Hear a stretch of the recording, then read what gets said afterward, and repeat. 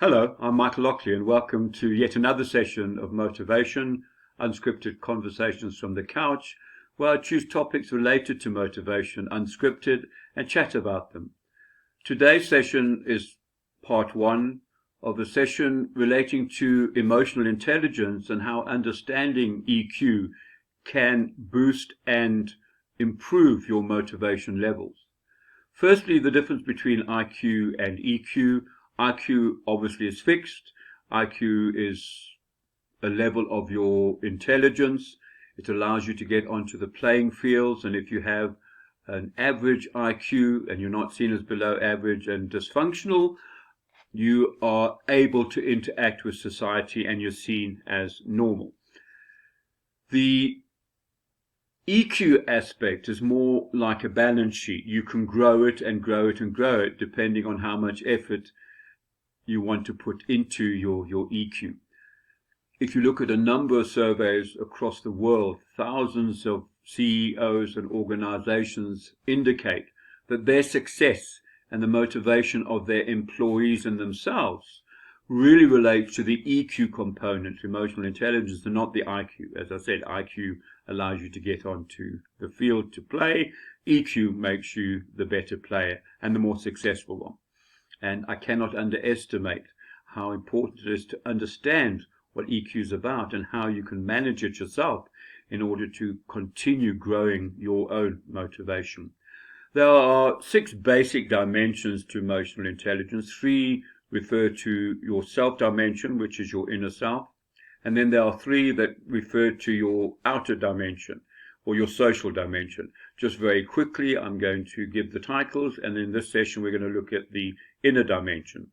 The self-dimension, inner dimension of emotional intelligence, we look at self-awareness, we look at self-confidence, and we look at self-control.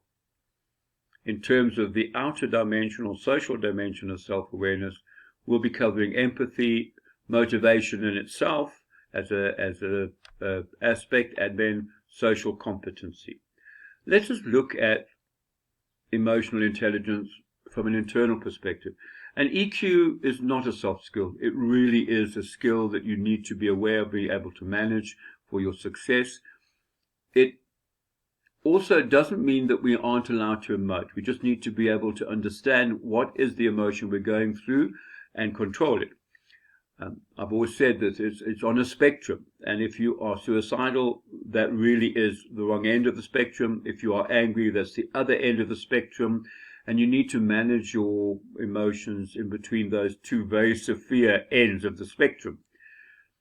Sometimes we say we're angry, and we're not. We're disappointed, we're disillusioned, we're upset, and that's a far better and easier emotion to handle than anger. When you're angry, you've lost it. If we look at self-awareness, self-awareness is about knowing our own feelings, our preferences, goals and values, which we've covered before, and sensing how others feel about us and using that information to guide our behavior. If we look at self-confidence, it's a can-do attitude, a belief in ourselves, overcoming self-doubt and taking reasonable risks.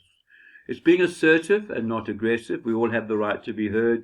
We don't have the right to be aggressive, insulting, disrespectful. Being goal-directed, which again links into the goals and values which we have covered in these sessions. And it's admitting mistakes and moving on. Some people find it very hard to admit that you've made a mistake. From a self-worth point of view, we're not perfect. I've said before that practice makes improvement. Practice doesn't create perfection. So we have to accept that just being true to ourselves, we need to accept that we can make mistakes.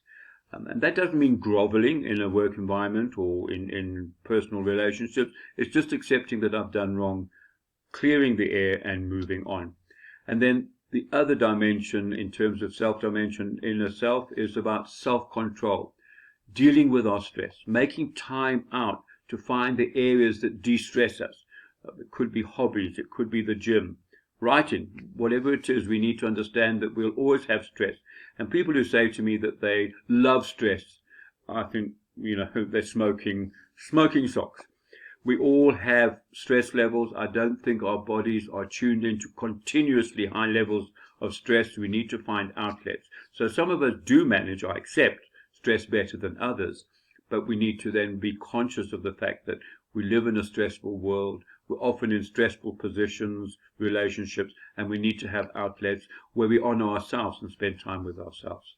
So dealing with emotional moods or outbursts without over control, as I said earlier on in the session, is not about bottling in your emotions. It's about understanding what you're going through and managing through that process. And we need to balance rational and emotional considerations. So before we speak, before we act, we need to really have those conversations with ourselves in order to ensure that we aren't overreacting or we're not acting and reacting enough. In the next session, we will be looking at the outer dimensions, and then in a third session unrelated to these two, just an overall view of how we can look at improving our EQ across the board. Thanks for being with me in this session. Look after yourselves, stay motivated. Cheers.